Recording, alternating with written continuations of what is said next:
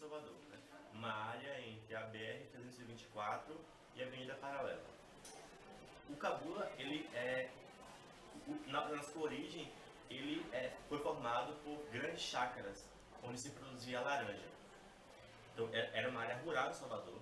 Até os anos 60 tinha uma configuração bastante rural, e só a partir dos anos 50 e 60 que ele começou a ter essa configuração alterada, né?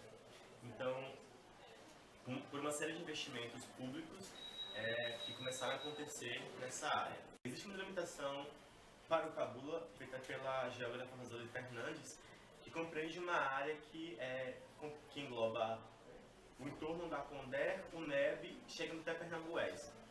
Essa área, acredito que define melhor esse Cabula, porque compreende toda uma porção da mesma época, com configuração urbana muito próxima. E esse é o Cabula que eu acho que é mais coerente, porque todo ele tem uma configuração urbana muito próxima e da mesma época. Tem uma semelhança muito grande. E essa região, ou essa área, eu acho que é um Cabula mais reconhecível.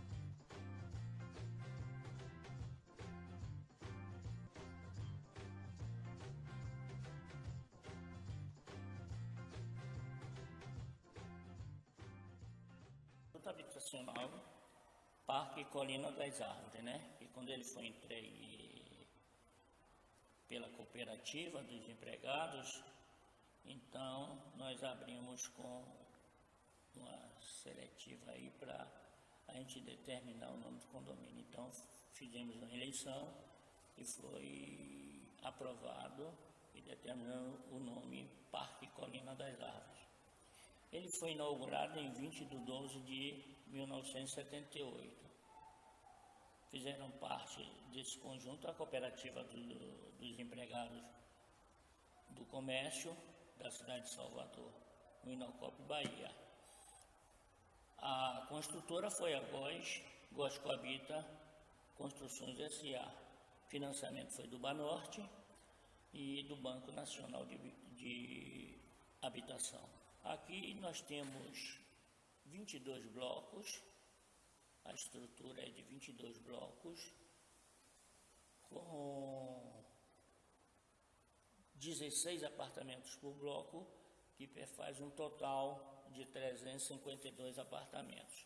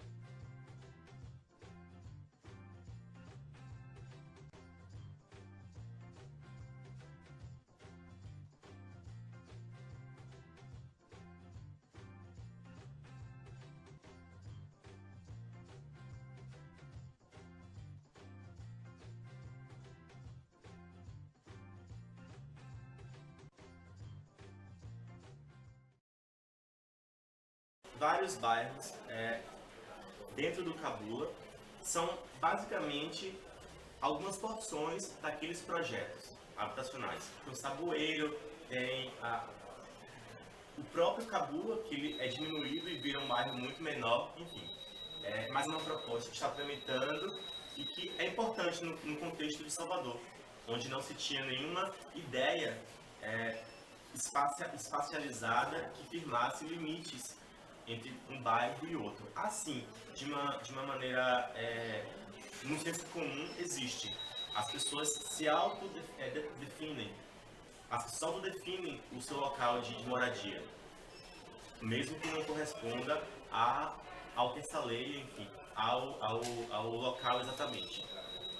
Isso tem a ver com algumas questões da terra e do valor que o solo urbano tem, né? Que é o que o David Harvey vai falar, do espaço absoluto, relacional e relativo. Se a pessoa mora, por exemplo, mora em mata escura, mas no senso comum, mata escura também pode ser cabula. Mesmo que nesse projeto, ou numa ideia que nós temos mais específica sobre o que seria o cabula, mata escura não esteja, mas no senso comum, mata escura é miolo, cabula é miolo, tudo é cabula. O cabula tem um valor relacional, que é esse valor ligado ao status e ao simbólico, muito maior do que o mata escura. Então, se você for pesquisar, por exemplo, na internet, nos jornais para alugar ou comprar apartamentos, muitas vezes as pessoas põem lá um apartamento X localizado no Cabula, mas quando você liga e solicita mais informações, é na verdade Ribeirão Neves, Arenoso, Mata Escura, Sussuarana, não exatamente no Cabula. Isso tem relação com o interesse que a pessoa tem de valorizar o seu imóvel. A diferença entre os lugares, segundo esse valor relacional, que é ligado ao mercado e ao simbólico, refere-se ao que existe na vizinhança. A qualidade e o caráter desse serviço é o que vai definir o valor. Enfim, o tipo de serviço, ao público-alvo que ele se direciona e a maneira como as pessoas enxergam esse tipo de serviço na cidade é o que vai definir se o imóvel vai ter um valor mais alto ou não. Quando eu comecei aqui no Cabula, eu comecei de menino. Eu não morava aqui, eu morava na Liberdade, mas jogava bola e vinha jogar bola aqui no Cabula. Tinha que pegar o bonde, subir aqui essa ladeira do Cabula de bonde, andar até o 19BC, era tudo no cascalho. Hoje, para andar daqui para o 19BC é uma beleza. Eu acho tão pequeno que às vezes eu saio andando, eu quero ir no banco ali no Bradesco, eu vou andando e é uma beleza, é rapidinho. Agora, a situação de mudança foi de 0 para 100. Você vê que hoje nós temos aqui um shopping, que esse terreno estava aí abandonado, criou-se esse shopping aí, o Bela Vista, e o shopping hoje está pau a pau com o Salvador lá, entendeu? Ele não enche mais do que o Bahia, haja visto que lá tem a rodoviária na porta, que eles estavam com a ideia, a prefeitura, de mudar do shopping até o Resgate, era a Avenida Bela Vista. Do Resgate para o fundo, até lá embaixo, seria Silveira Martins. Se de fato parte da Silveira Martins tiver a nomenclatura mudada para Bela Vista, certamente o valor relacional desses imóveis, desses conjuntos habitacionais, no entorno dessa nova avenida, vai aumentar, porque ele vai estar associado diretamente ao Horto Bela Vista, que é um empreendimento fora do Cabula e que não se assume enquanto Cabula ou Pernambuense, e sim como Horto Bela Vista, um bairro planejado, exclusivo, etc e tal, como o marketing urbano define. Então, o valor desses imóveis vai estar diretamente associado a uma avenida Bela Vista, que é do Horto Bela Vista, não mais do Cabula. Então isso vai ter um impacto direto. Para quem mora ou para quem quer valorizar o seu imóvel, vai ser perfeito. De acordo com a maneira como o Roberto Vaz Correia analisa a produção e reprodução do espaço, os agentes responsáveis por esse processo são os proprietários fundiários, os promotores imobiliários, o Estado, os grupos sociais excluídos, e os proprietários dos meios de produção. Na verdade, essas 5 categorias, elas não atuam isoladamente, porque um desses agentes pode exercer o papel de vários outros. Então, o Estado ele pode também, proprietário de terra, pode ser promotor imobiliário e também pode ter tecnologia, a depender de como a sociedade está organizada. Da mesma forma que Os grupos sociais excluídos, que é como ele define autoconstrução, favelas e tal, tem uma lógica de produção também específica. E nessa lógica de produção, também tem uma diferenciação dos papéis que são desempenhados pelas pessoas, né? Então, o importante é entender que essas categorias elas não são isoladas e a atuação delas não é individualizada. Existe uma coexistência de papéis e um desempenho que vai além de cada um deles, né? E juntos, todos esses agentes com diversas estratégias e objetivos diferentes contribuem para produzir o espaço.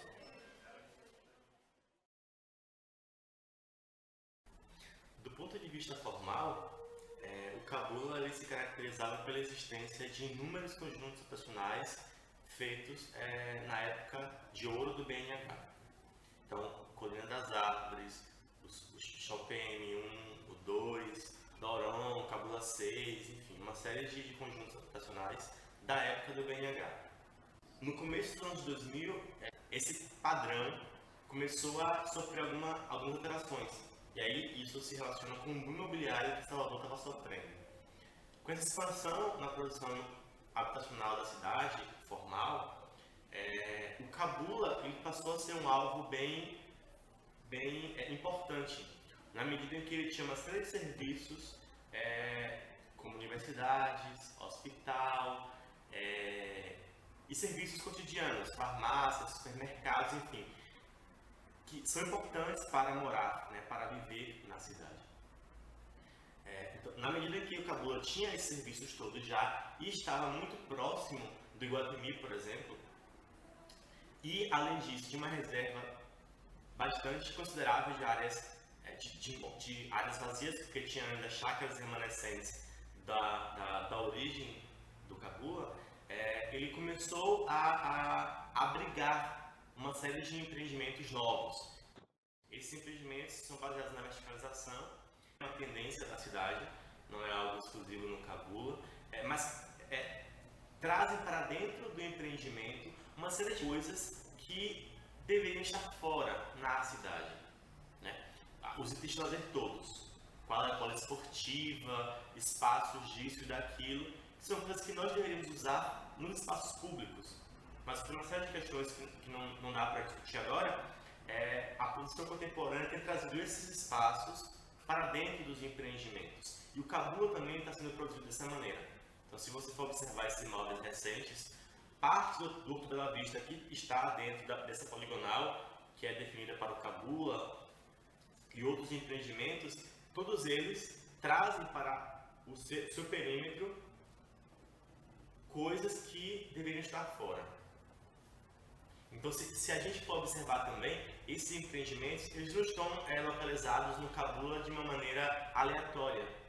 Todos eles estão no entorno das principais avenidas da área. Então, a Silveira Martins, a rua de acesso ao resgate, parte da Edgar Santos, o entorno da Avenida Paralela que está dentro, voltado para o Cabula, enfim, são áreas de cumeado ou nos principais acessos, onde estão também os principais serviços. Então não é uma localização arbitrária ou aleatória.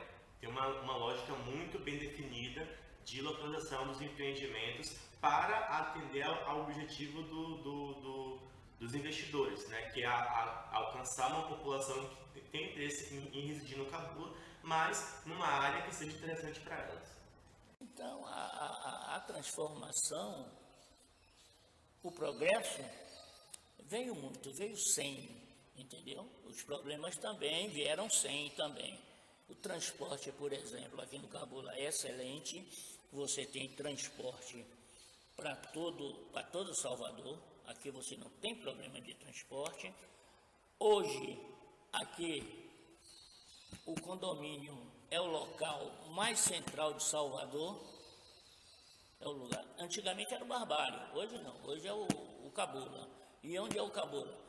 No Colina das Árvores, porque aqui a gente desce, tem aqui a BR, tem um metrô, tem não sei quantos hiper, tem bancos, entendeu? Tem toda a estrutura que um bairro deve ter, o Cabula tem. Em termos de segurança, no Cabula está ficando ruim. Apesar de que você hoje passa nesses pontos no Cabula, nessa área aí do Cabula, você vê que tem 2, 3 policiais. Porque o nego está assaltando no ponto de ônibus, entendeu? Então, como nós estamos preocupados com o conjunto, a gente pode melhorar na segurança do conjunto, botar mais segurança, pode dizer, botar uma segurança armada, porque a violência está muito aqui no Cabula, e a gente quer ver se melhora principalmente a segurança aqui do Colina.